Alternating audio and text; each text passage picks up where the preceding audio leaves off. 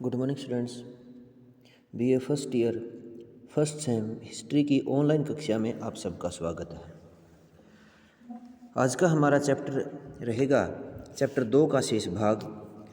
Chapter 2 इसका नाम है प्राचीन भारतीय इतिहास के स्रोत। उसमें हमने पीछे पढ़ा कि भारतीय इतिहास के जो प्राचीन स्रोत हैं उनमें पुरातात्विक स्रोत, जिसमें साहित्यिक स्रोतों में हमें धार्मिक साहित्य, ब्राह्मण साहित्य,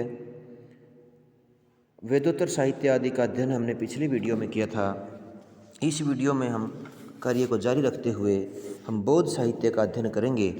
जो बौद्ध साहित्य जो साहित्यिक स्रोत का भाग है, तो बौद्ध साहित्य को में हम निम्नलिखित साहित्य में के रूप में लेते हैं। जैसे पहला है सुत्त पिटक। ये तीनों पिटकों में सर्वाधिक वरीयत और महत्व वाला पिटक है।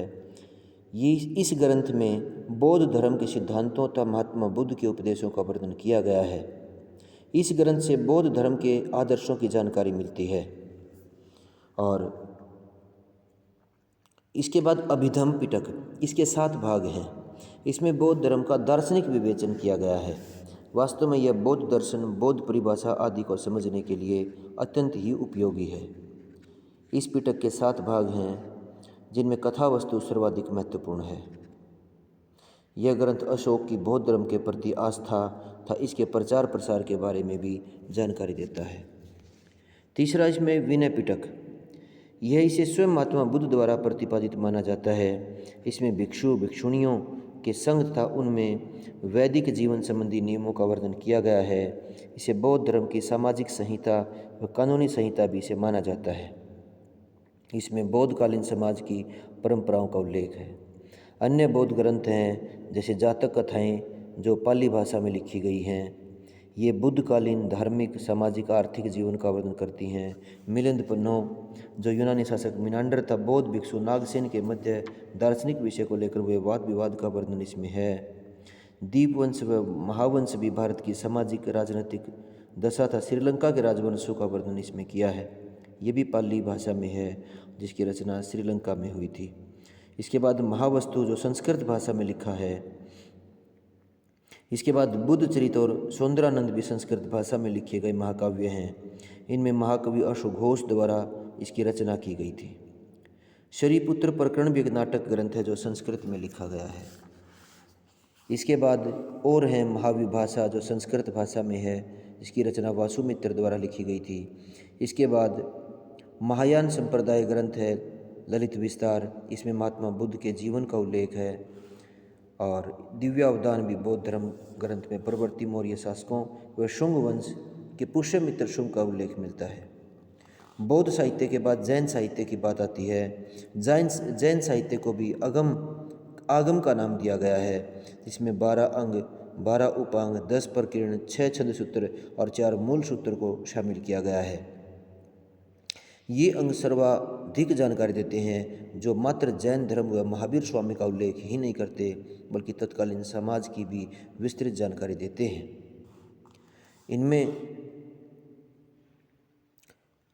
इनमें भगवती सूत्र, कथा कोश तथा कलिका पुराण भी जैन धर्म के ग्रंथ हैं।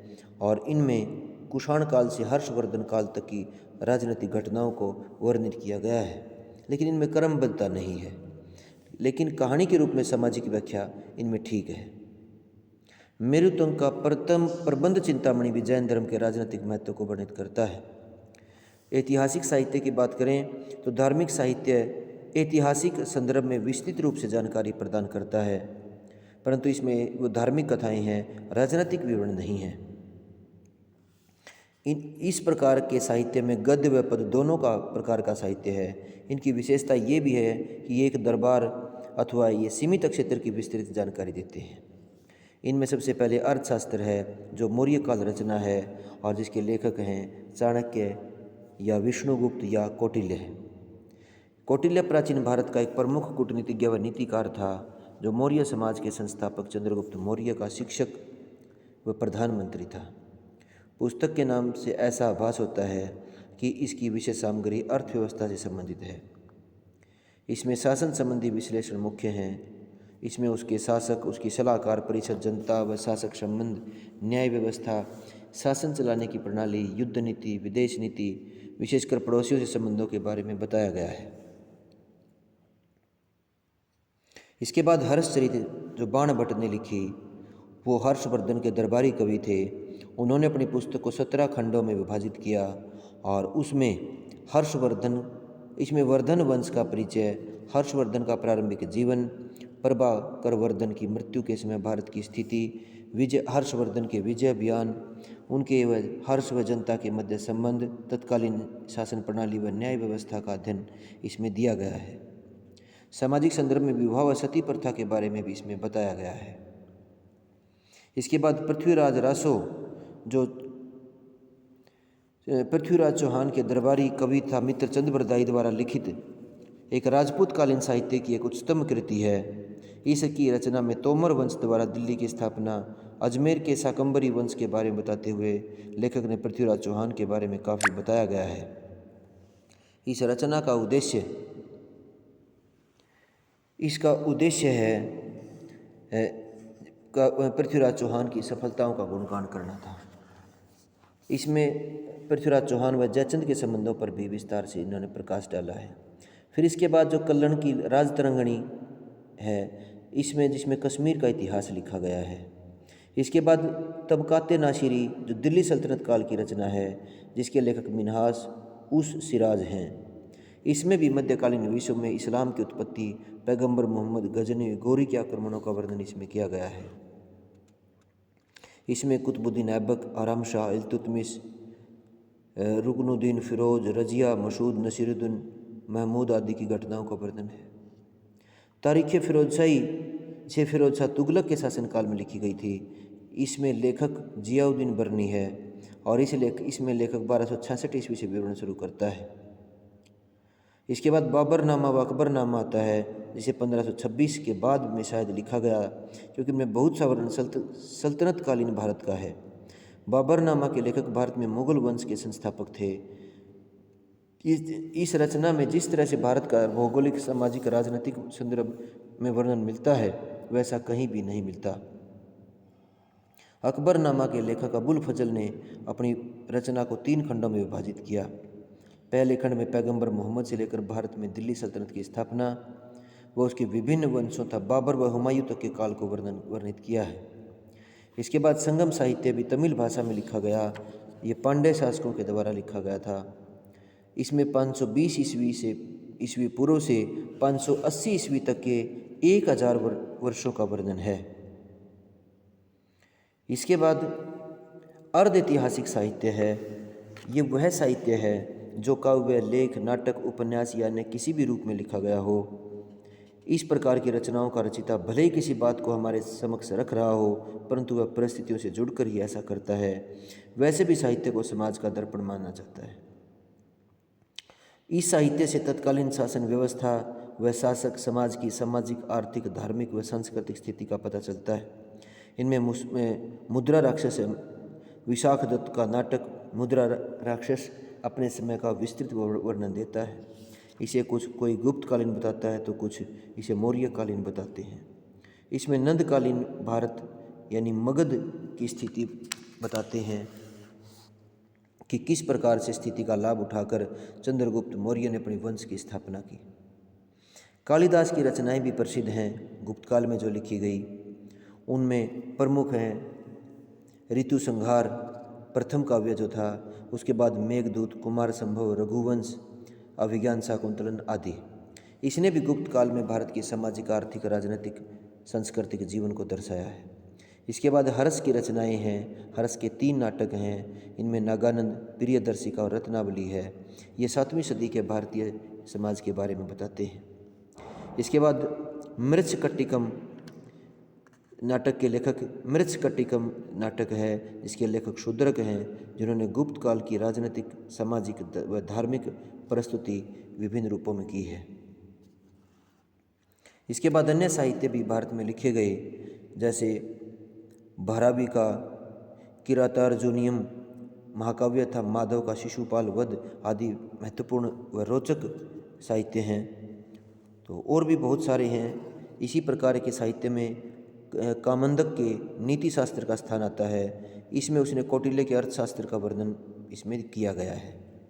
पतंजलि की रचना व्याकरण जहाँ समाज के विभिन्न पक्षों को जोड़ती है। इस प्रकार पुस्तकों के अध्ययन से जहाँ तत्कालीन समाज की स्थिति का आभास होता है, वहीं इसका अति महत्वपूर्ण पक्ष ये है कि इसमें निहित ऐतिहासिक सामग्री को निकालना काफ़ी कठिन है। इसमें लेखक की कल्पना का भी समावेश है। इसी कारण इनका अध्ययन तुलनात्मक परिप्रेक्ष्य में किया जाना चाहिए। इसके बाद जो भारतीय इतिहास के स्रोतों में जो तीसरा मुख्य जो स्रोत है जिसे हम मानते हैं, वो है विदेशी यात्रियों का वृत्तांत। जिस प्रकार एक व्यक्ति अकेले स्वतंत्र अस्तित्व संभव नहीं है, उसी प्रकार अकेले राष्ट्र का भी अस्तित्व संभव नहीं है। यदि है भी तो समय के साथ उसका विकास नहीं हो सकता। प्राचीन काल से ही भारत के विदेशों से संबंध रहे हैं, जिसके कारण विदेशी भारत में आते जाते रहे हैं, तथा भारत वाले भी विदेशों में जाते रहे हैं। जो व्यक्ति विदेशों से भारत में आए, उन्होंने डायरी, पत्र, रिकॉर्ड, निजी संस्मरण तथा रचना के रूप में कुछ दस्तावेज छोड़े हैं। उन्हीं दस्तावेजों को ही भारतीय इतिहास के स्रोत के रूप में प्रयोग किए जाते हैं। प्राचीन भारत में यूनान, चीन, तिब्बत व अरब से यात्री आए। इनकी निश्चित संख्या बताना संभव नहीं है, फिर भी उन लोगों का वर्णन है जिनका वृत्तांत आज पर्याप्त मात्रा में हमारे पास उपलब्ध है। वृत्तांत का सकारात्मक व नकारात्मक पक्ष भी इनका जानना जरूरी हो जाता है, क्योंकि इनके वृत्तांत में ये बातें मौलिक रूप से पाई जाती हैं कि इन विदेशी यात्रियों के वृत्तांत का गुणपूर्वक तो पक्ष ये है कि विदेश से आने के कारण उन पर किसी स्थानीय व्यक्ति का प्रभाव नहीं होता।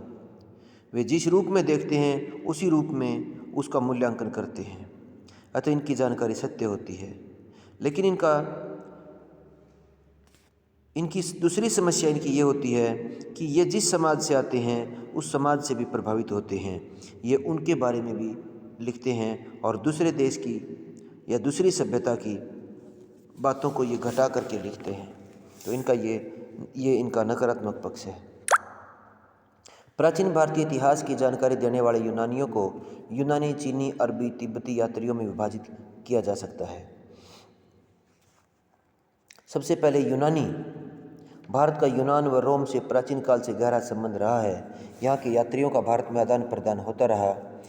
भारत पर सिकंदर के आक्रमण की जानकारी भारतीय स्रोतों से प्राप्त नहीं होती, बल्कि इसके लिए हम यूनानियों के स्रोतों पर निर्भर करते हैं।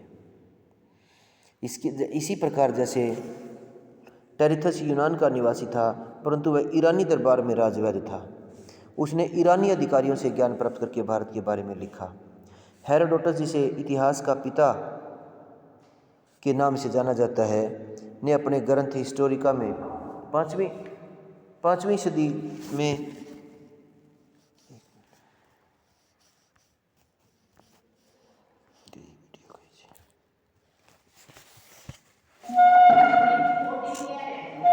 क्या मैम